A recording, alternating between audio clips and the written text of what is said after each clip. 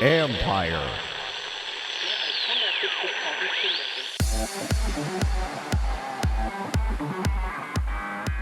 Are you ready for some dystopian football? You know, every Super Bowl party you go to, there's the casual fans who are just there for the party that might not necessarily be watching if they're by themselves at home. So I think there's a lot of mystery sort of surrounding what impact this is going to have on viewership. That's Alex Silverman from Morning Consult, breaking down all the numbers of the strangest Super Bowl of our lifetime. This is the Future Sport Podcast. I'm Bram Weinstein.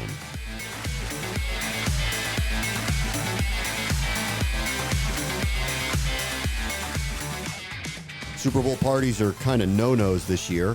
Betting's easier, but will people actually partake in it? You'd be surprised at the answer to that.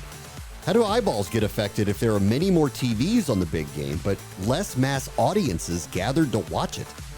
This is a really, really odd Super Bowl week, as Alex Silverman studied for Morning Consult. What a strange Super Bowl week. Got an incredible matchup, but man, oh man, everything else about it? Boy, it's tough to explain. Let's welcome in Alex Silverman, who's got the data behind everything that's going on with the Super Bowl with Morning Consult. Hey, Alex, how are you? Great to catch up with you. Hey, Bram, thanks for having me on again. Appreciate it. All right, just give me a general overview of what are you looking at in what is the strangest Super Bowl week ever? What are the things that mattered to you that you wanted to monitor? Yeah, so I mean, the Super Bowl is more than just a sporting event. It's just something that brings so many Americans together in a normal year. And so I think one of the things that we have an eye on is how many Americans are planning on watching the game together. And it's down more than 20% from previous years, with just 1 in 4 likely viewers saying they plan on watching watching with people from outside their household. So much fewer Super Bowl parties than in previous years. And I think a lot of people are wondering what impact it's going to have on viewership for the game. Yeah. And it's really unprecedented. So it's kind of hard to say. I mean, on one hand, it could boost household ratings in the sense that you might have more separate television sets tuned into the game. But, you know, every Super Bowl party you go to, there's the casual fans who are just there for the party that might not necessarily be watching if they're by themselves at home. So I think there's a lot of mystery sort of surrounding what impact this is going to have on viewership. It'll still be the most viewed sporting event and television program of the year, but in terms of what the number will be relative to past years, I think there's some intrigue there. I mean, as you kind of take a look at that data, I mean, you would assume that still it's going to be a massive audience, as you put it, the biggest audience of any sporting event, and maybe the biggest audience of any televised event of the year. It's just not in the same format that we're used to, where there are no, or at least way fewer bigger parties of people that are getting together to do this. From an advertising perspective, do you have a sense of how the advertisers are looking at this, and is, I guess, the bet for them a little bit different of how many eyeballs they're actually going to attract? Yeah, I mean, you've seen some really interesting trends this year with brands that have sort of become stalwarts of the Super Bowl. Budweiser, Pepsi, Coca-Cola, all sitting this year out amid the pandemic, and new time brands like DoorDash coming in and advertising on the Super Bowl for the first time. So you'll see some new faces in terms of commercials, and I think there's a lot of uncertainty among advertisers around the sort of tone to take this year, given the pandemic. Coming off of a divisive time politically. Our research shows that likely viewers of the Super Bowl are fairly receptive to messaging around social justice and those sort of things. Actually, they were considerably more likely than people who don't plan on watching the game to say that it's appropriate. So it'll be interesting to see how many brands try and make a statement. There was a piece that you wrote that I found really interesting, and that was the betting market. Obviously, gambling is proliferating pretty quickly around the country. It's not ubiquitous, obviously, but it is in far more jurisdictions than it was 2, 3, 4 years ago. And even in this past year, the state of Virginia just passed it. There are others that have, in this last election cycle, that have passed sports gambling. And yet, you wrote that fewer Americans are going to be betting on the most bet game in this country. How does that, I don't know how that jibes. I can't quite figure out how that happened. Yeah, I mean, it's interesting. We have that 16% of Americans plan on placing some sort of monetary wager on the game, and that amounts to about 1 in 5 people who say they're likely to watch the game. The interesting thing we found is that people in states where betting has yet to be legalized are just as likely to bet on the game as people in legal states.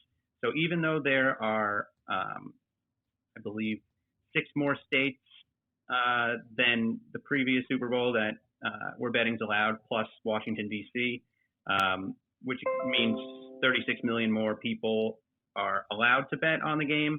That doesn't necessarily matter because, the people in those jurisdictions aren't any more likely to bet than people in illegal betting markets.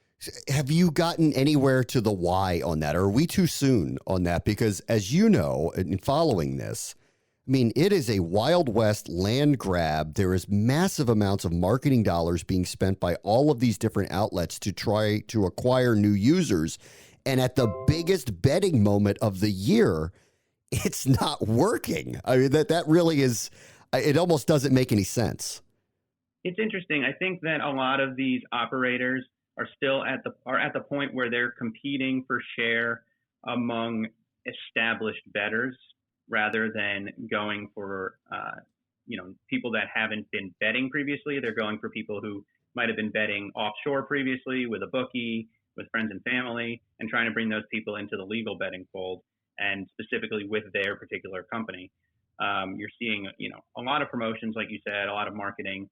But it seems to be mainly targeted right now at established bettors, and people in the industry seem to think it's going to take a lot more time to reach people who weren't previously betting, to educate them. And we actually found that more than half of people in legal betting jurisdictions don't even know that sports betting is legal in their jurisdiction. So they have a little bit of an education hurdle to overcome. Yeah, and there also is what sounds like in what I read, what you wrote about, that it's not just an easy, hey, you can do this, here's how you bet on sports, that there seems to be an education on how to do it, which I guess for us that have been in this for a long time seems surprising, on some level to hear that, but I guess that is the reality of it.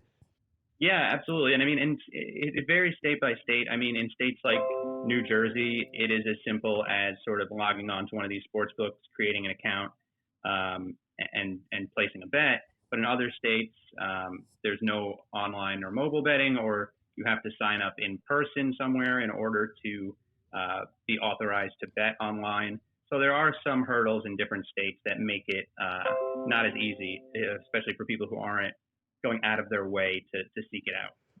Support for this podcast comes from Goldman Sachs.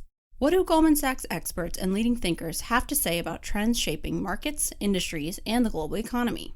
Stay informed with the latest insights from Goldman Sachs on the economic and market implications of COVID-19. Available on our podcasts at gs.com/COVID-19 or any of your favorite podcast platforms. This matchup, dream come true, obviously, for the league and for sports fans. I mean, you typically don't get the legend and the soon-to-be each other in a moment like this. As you kind of surveyed around who America likes, what did you find out about Chiefs and Buccaneers in the Super Bowl? Yeah, definitely a great matchup. We actually saw that, we had done a poll on how many people plan to watch prior to the championship round of the playoffs and after, and found that likely viewership went up a few points based on the Brady-Mahomes matchup. So that's, like you said, a dream matchup for the league and for CBS. In terms of who people are rooting for, 38% of Americans said they are rooting for Kansas City. compared to 27% who said they're rooting for Tampa Bay. And based on what we saw in our polling, it seems like whether you love or hate Tom Brady, that seems to be the biggest factor dictating who you are rooting for. If you love Brady, you're rooting for Tampa. If you don't, then you're rooting hard for Kansas City. So it seems to be as simple as that. You also found out who are the most like skill players too. Can you kind of share some of your findings there? Yeah, we found that Drew Brees for the second straight year. You know, we're doing this. We've been doing this every year. The most popular NFL players ahead of each season's playoffs, and Drew Brees once again was the most popular, which is a little bit interesting considering you know, he took a little bit of a public relations hit over the summer with some of his comments about the American flag and kneeling. And so he was able to bounce back from that pretty quickly and remained the number one most liked player. But right behind him, Patrick Mahomes, and then Aaron Rodgers and Russell Wilson. Brady, like we mentioned a moment ago, very polarizing. He's by far the most well-known player in the league. But you have, you know, a lot of haters as well as you know, people who love him. But he has seen has seen sentiment toward him go up since moving from the Patriots to the Buccaneers. Go up. Oh, that's interesting. Go up. Because I was wondering if your data showed it regionalized, that the polarization was in the Northeast about love and hate of Tom Brady.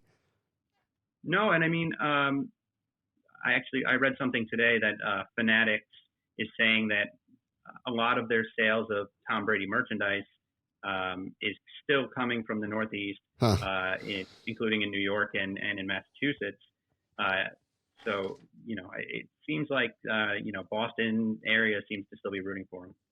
All right, let's get into one of the other, what could be big problems eventually here for the NFL and for live sports for that matter in general, which is a piece that you wrote about Gen Z that is entitled Gen Z's Disinterest in Live Sports. Can you kind of go into detail about what you learned about the young generation of consumers and how they're treating live sports maybe differently than the generations prior to them? Yeah, so we've done a lot of research in the past 6 months or so about Gen Z and how they are engaging with sports and their appetite for sports. And we found that just over half of Gen Zers identify as sports fans, which seems like a lot until you look at the overall population and you see all adults, 63% identify as sports fans, and among their direct predecessors, millennials, 69% identify as sports fans. So there's a considerable drop off there. And then in terms of consumption, they're about half as likely to say that they watch sports live at least once a week, and about twice as likely to say that they never watch sports compared to millennials. So there's a definite issue there. I think it's understood that Gen Z and younger audiences are consuming media very differently, and the sports world, you know, seems to be just in the very early stages of adapting to that. Is there a why yet? Do they know why there's been this disconnect with the youngest generation? I mean, I think part of it has to do with, you know, the move away sort of from traditional television. You know, millennials grew up watching sporting events on TV, whereas Gen Z, they seem to be consuming more highlight packages, clips on Instagram, TikTok, that sort of thing. And getting those people who are sort of just catching the best moments of a game to sit down and watch from start to finish, or anything close to that, it, you know, has seemed to be a challenge. And there are some people are seeking to address that. There's a company called Buzzer that is currently developing, you know, a solution where for 99 cents or so, you can tune in live to specific moments of a game. But it'll be interesting to see whether, you know, leagues and sports properties are willing to sort of adopt those things, given the sort of money machine that they've had for so long with traditional TV bundle and cable. But, we've seen a lot of news and streaming, and even in the past couple of weeks that indicate that there is an understanding that things are changing. So it'll be interesting to see whether that influences fandom among Gen Z, but there is definitely a gap to make up. And do you think that we're going to see more intertwined traditional sports with esports and gaming? Is that the direction you see to try to recapture that audience? Yeah, I mean, every major sports property is trying it at this point, and some more successful than others. I think the pandemic really accelerated some of those efforts. You saw NASCAR essentially replace their weekly race with a virtual race, including, real life drivers. And now, even though they're going to have a full racing schedule this upcoming year, they're still going to have, real drivers in running virtual races in the lead up to those real races. And, that's a big, it's a big sign that they see this as an important way to engage with a different audience and to sort of build even greater engagement among their core audience. So I think NASCAR has done a really good job with that, and I think there's a lot of other examples of sports properties that are leaning heavily into esports. You can read all of Alex's work at Morning Consult and all of the great work leading into the most strange Super Bowl of my lifetime. Alex Silverman from Morning Consult. Thanks so much.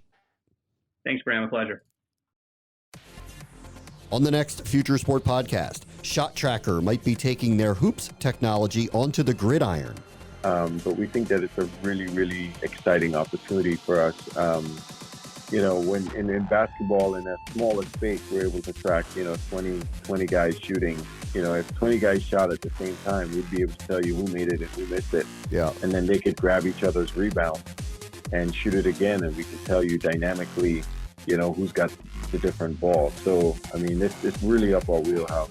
That's Davion Ross, co-founder and president at Shot Tracker, who will discuss innovation in hoops tracking technology and how his company will be expanding to other sports as well. That will do it for this episode. As always, the future is now. This is the Future Sport Podcast. I'm Bram Weinstein.